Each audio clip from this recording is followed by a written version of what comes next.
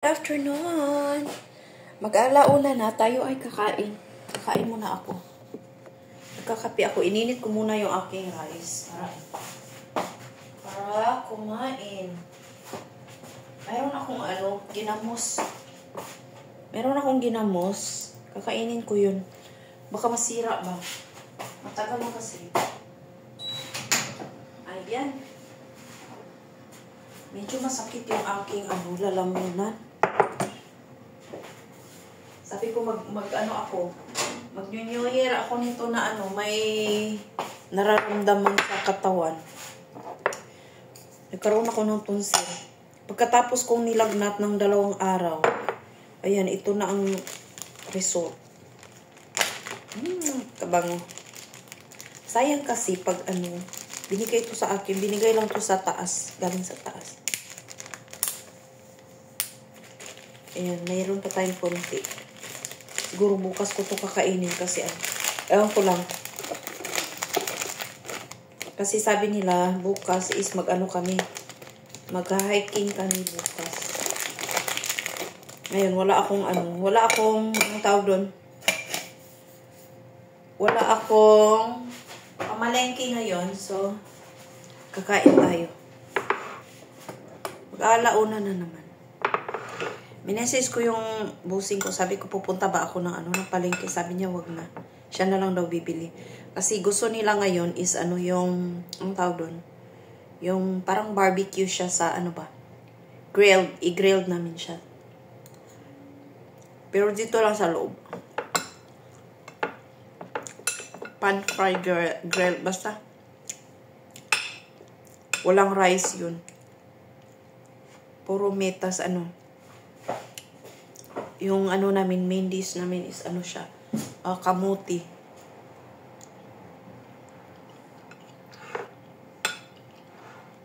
Ayan, kain tayo everyone.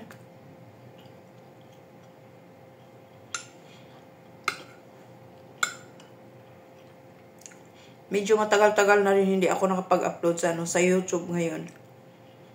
Kailangan ko siya talaga i-continuous kasi sayang ba? Diba?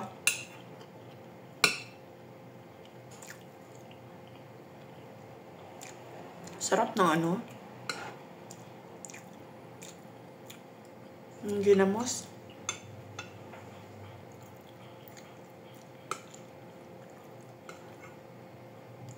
Ayan. New Year na mamaya. Wala kaming Yun lang, kakain kami siguro dito. Tas yun na, tulog.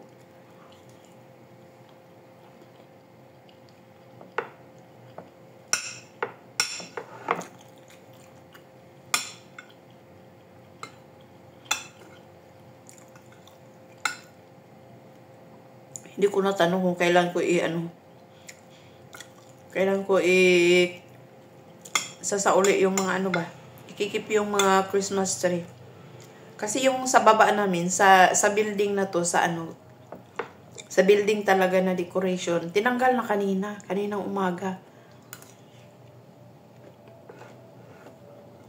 Sabi ko sa amin, hanggang pa yan?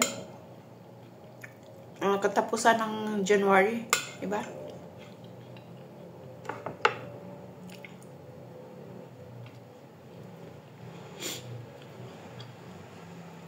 Ay, pagkatapos ng New Year pala pwede na. Ay, inaantay pa yung Chinese New Year. Chinese New Year ngayon is January 29.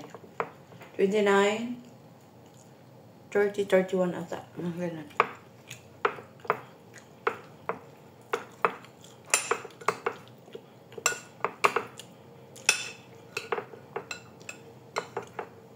Ayan, kain tayo.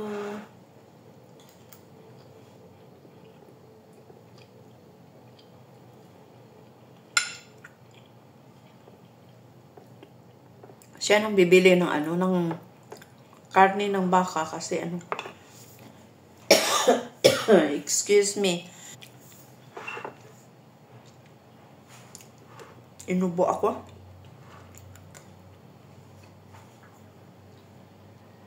Tapos kumain pa ako ng ginamos.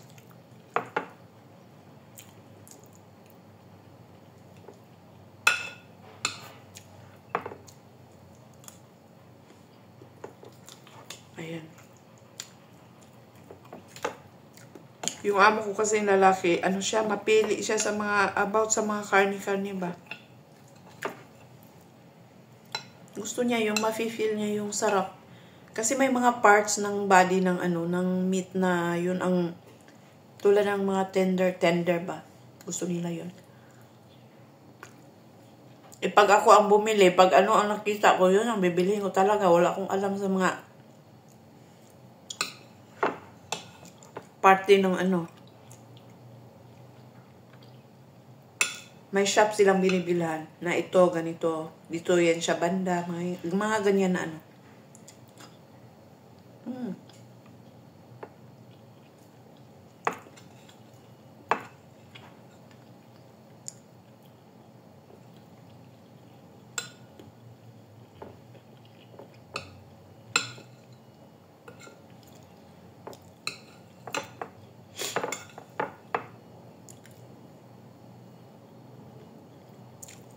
Ayan, see you again mamaya.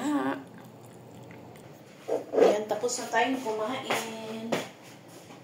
Balik na natin ang ating ginamos. Itago natin. Tago natin, baka makita nila ba? Ay. Ito lang talagang problema ko ngayon, tong ano ko ay. Lalamunan ko ba? Masakit siya. Mag-iinom muna ako ng kape.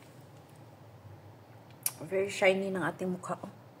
Klarong-klaro na yung ating mga ano. Mga kulay-kulay sa mukha natin. Ayan, ang dami ko ng ano talaga, brown spots sa aking mukha.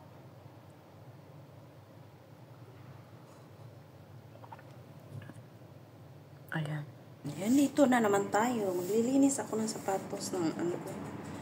Mga alaga ko. Linisin natin kasi bagong taon na.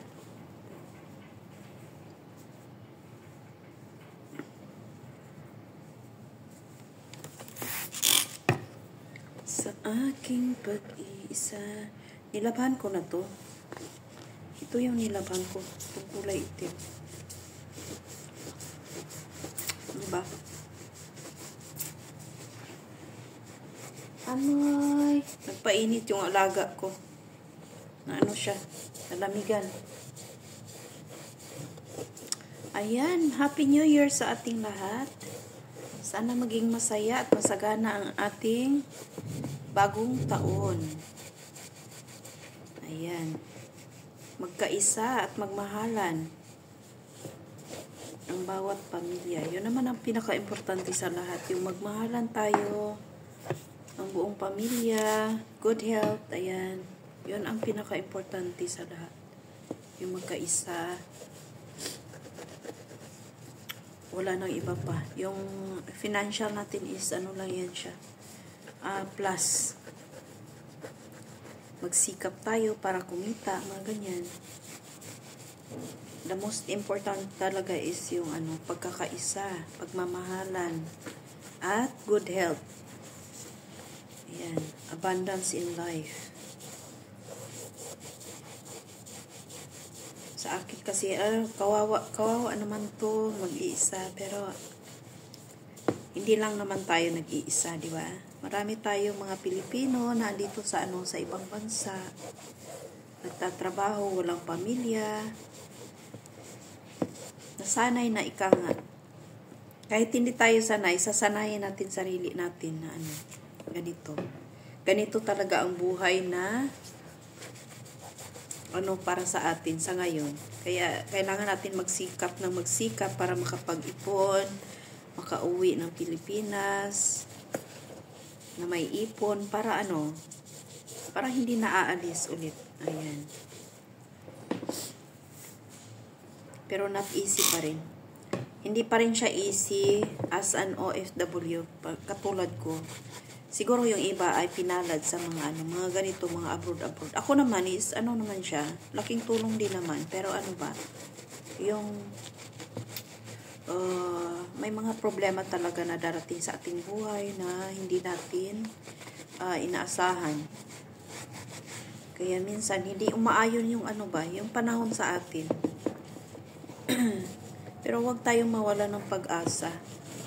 sikap pa rin ng sikap para ano, para sa future. Huwag tayong mawala ng pag-asa, magpanghinaan ng loob. Ayan. Yan ang pinaka-importante talaga bilang isang OFW na ano, magiging malakas ka lagi sa ano, sa hamon ng buhay. Sa akin siguro is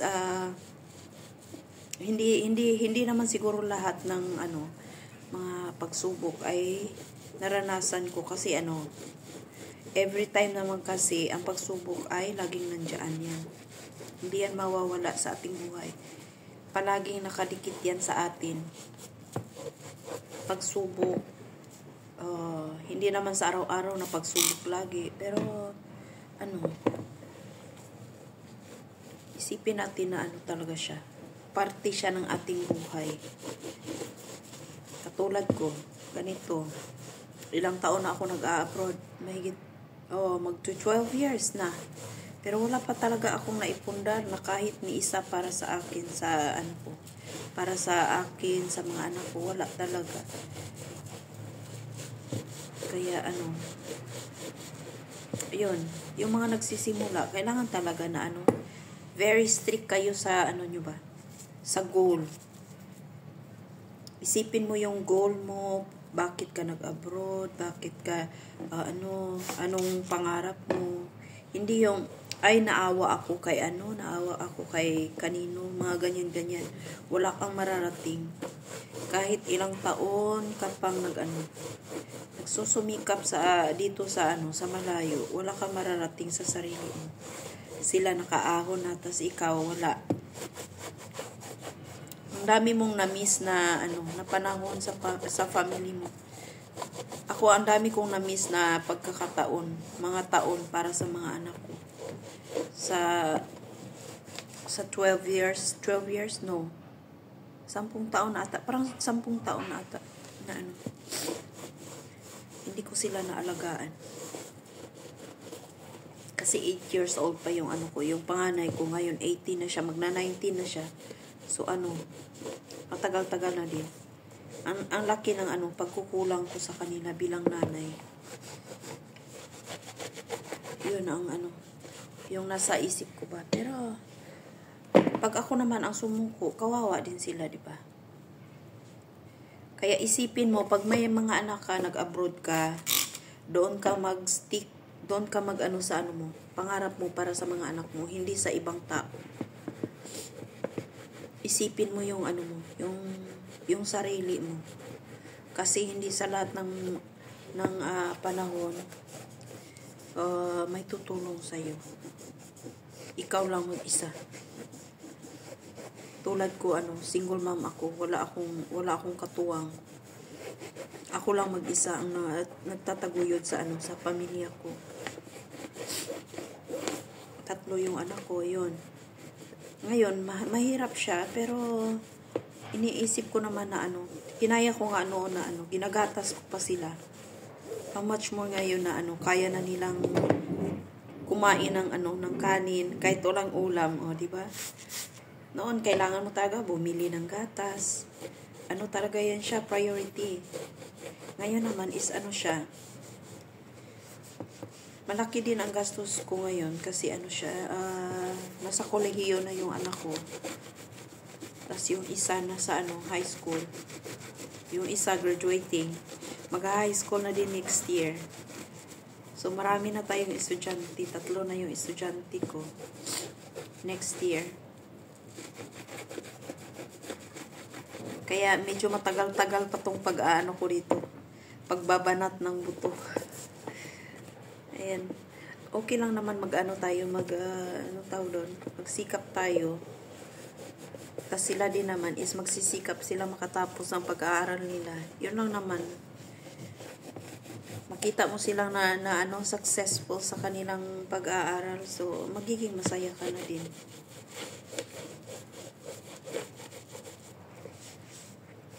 Ngayon nga is New Year. Wala ako na ipadala sa kanila. Kasi talaga, kinapos talaga ako ngayon sa sahuran ko ba. Parang ngayon na ako nakabangon-bangon ulit sa mga pagsubok talaga. Sinubukan talaga ako ng pagkakataon ng ano, sobra-sobra. Pero ano lang naman, pera lang naman yun.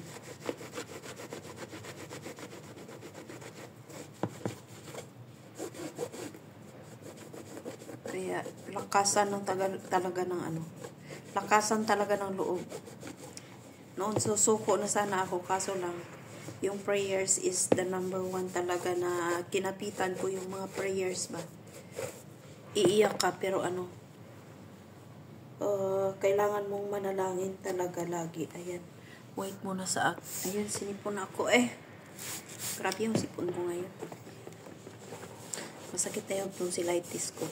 Ako na lang talaga.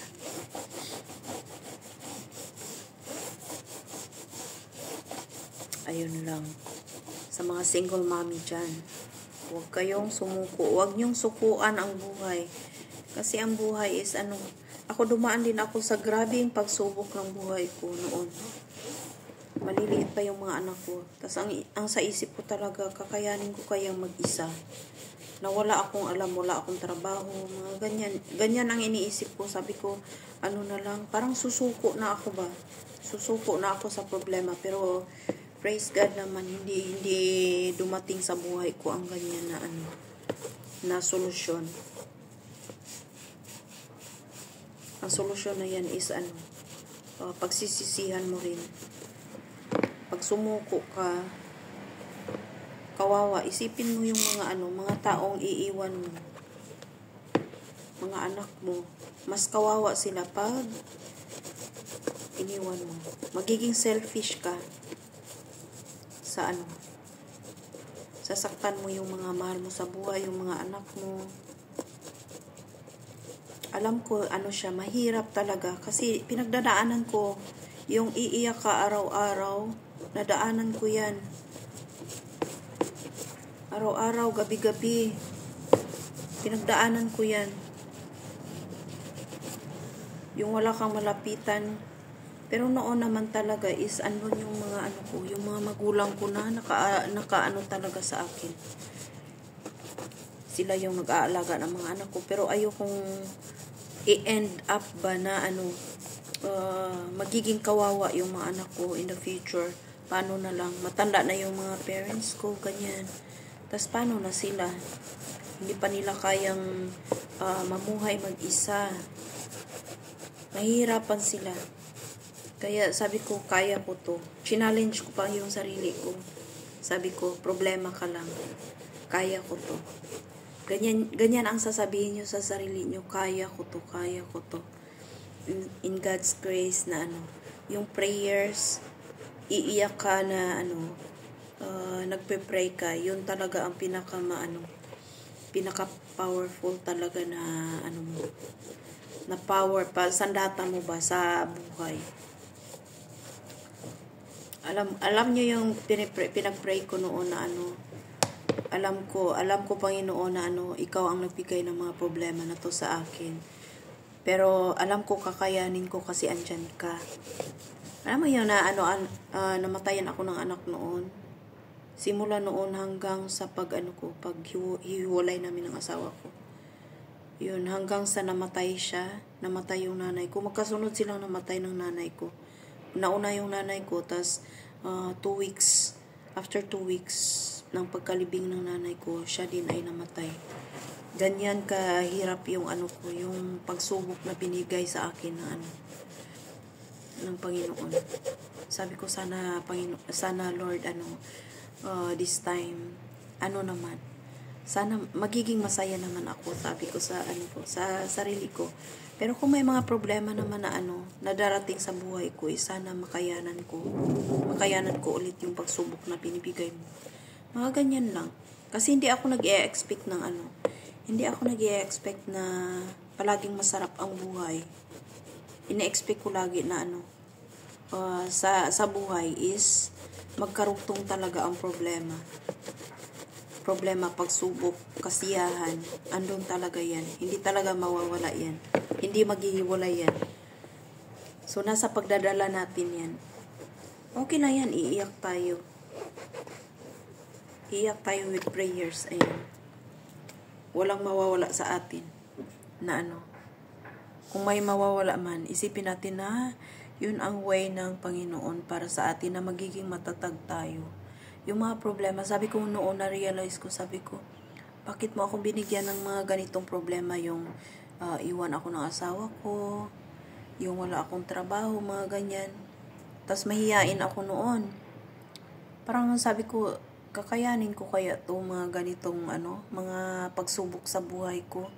Tapos nahihiya na ako sa sa magulang ko, mga kapatid ko. Kasi sila yung nag-ano ng mga anak ko ba.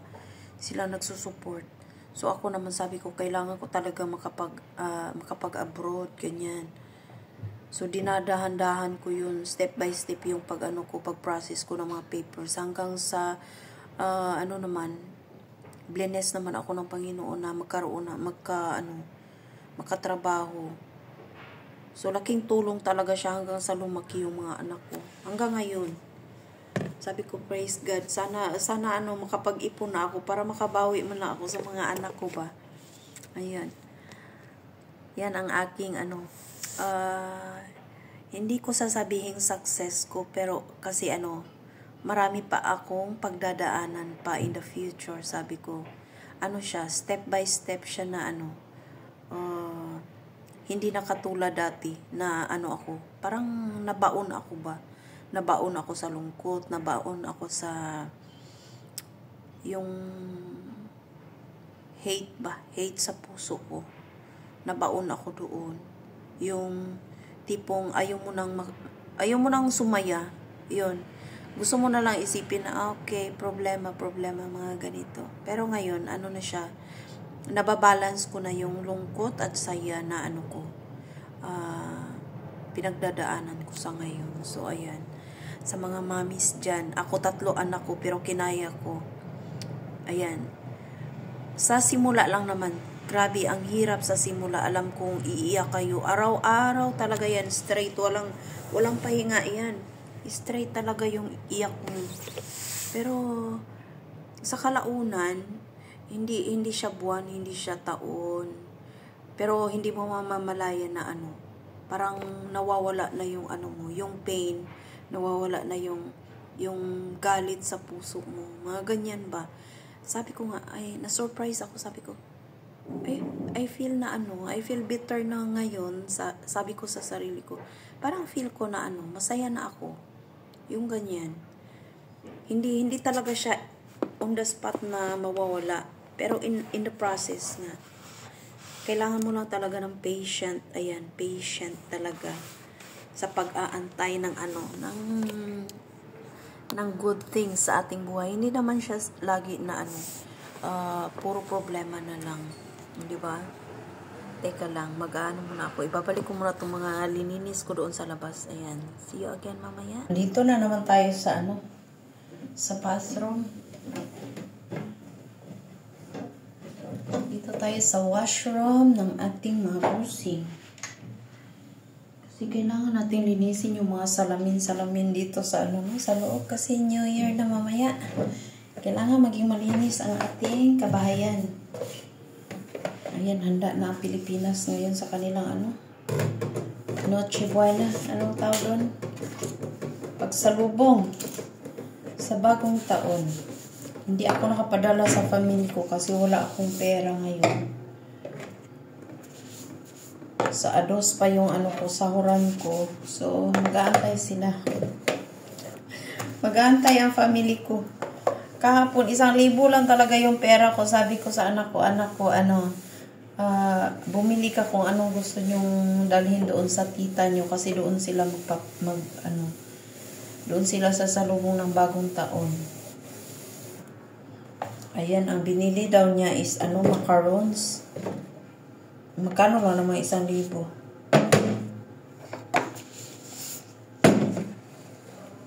Sabi pa ng kapatid ko, ate, sana cake na lang pinabili mo. Sabi ko, ay kayo ang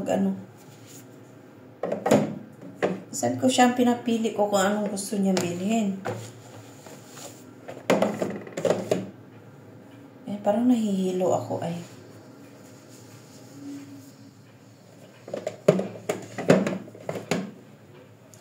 Sana'y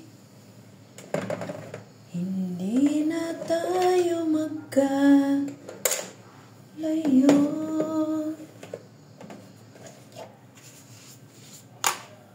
Sila, yung tatay ko andoon din sa sa bahay ng kapatid ko. Hinatid sila kanina ng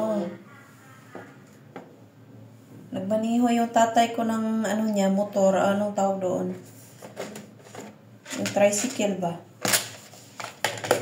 Sinakay niya yung mga apo niya para ihatid. Sabi ko, kawawa naman tong tatlong to. Ay, walang handa sa bahay. Pero nung Pasko, doon sila sa bahay. Sabi ko, bagong taon, walang tao sa bahay. Kawawa naman yung bahay na Kaya ayoko talagang masira yung bahay ng nanay ko. Kasi yun lang talaga ang memories ko sa kanya ba. Na andun siya. Yung memories na andun siya. Andun yung niya. Yung pinapagawa ko yung bahay. Andun sila.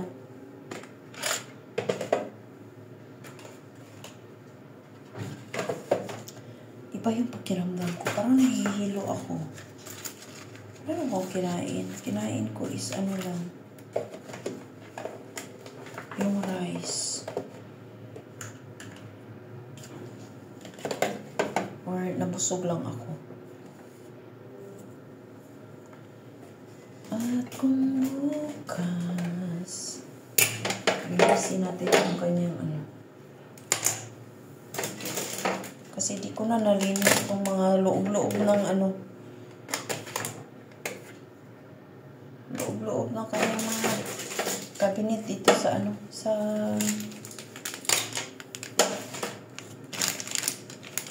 pasok na natin ito, diba?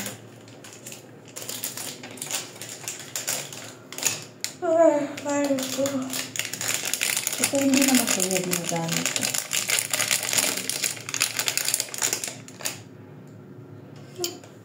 Punas-punas lang natin. Kasi hindi naman nag-uutos yung mga amo ko. Kaso na na lang natin ba? Isipin na lang natin na hindi tayo pinagluto ngayon. So, it means, trabaho tayo. Trabaho tayo ng kahit walang inuutos. Yun ang nakaganda sa kanila dito, kahit sila. Lalabas sila ng ibang bansa. Wala silang inuutos na ganito gawin mo, ganyan-ganyan. Yun na, kung anong gusto mong gawin. Sasabihin pa nga magpahinga ka kasi wala ka namang Ganyan lang yan sila. Magpahinga ka. Iipit ko yan siya dito sa taas para para makita niya ba.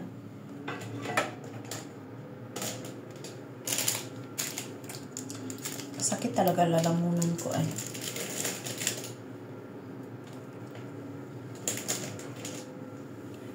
Atong bukas.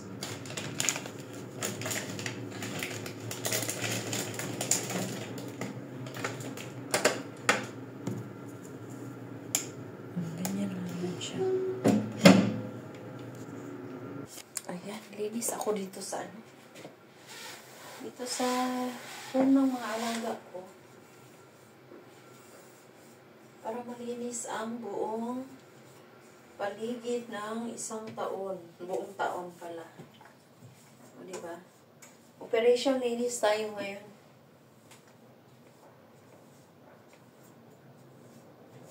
Operation linis para sa bagong taon. Kasi itong yung bahay namin dito is siya. Paglilinis ka ngayon, tas ngayon, mamaya, wala na. Madumi na naman. Isang beses ko lang siya nililinis sa isang linggo. Minsan, 2 linggo.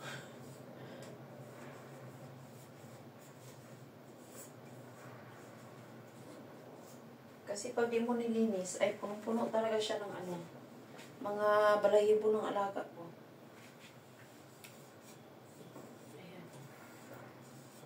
Na talaga ako sa anong tawag dito?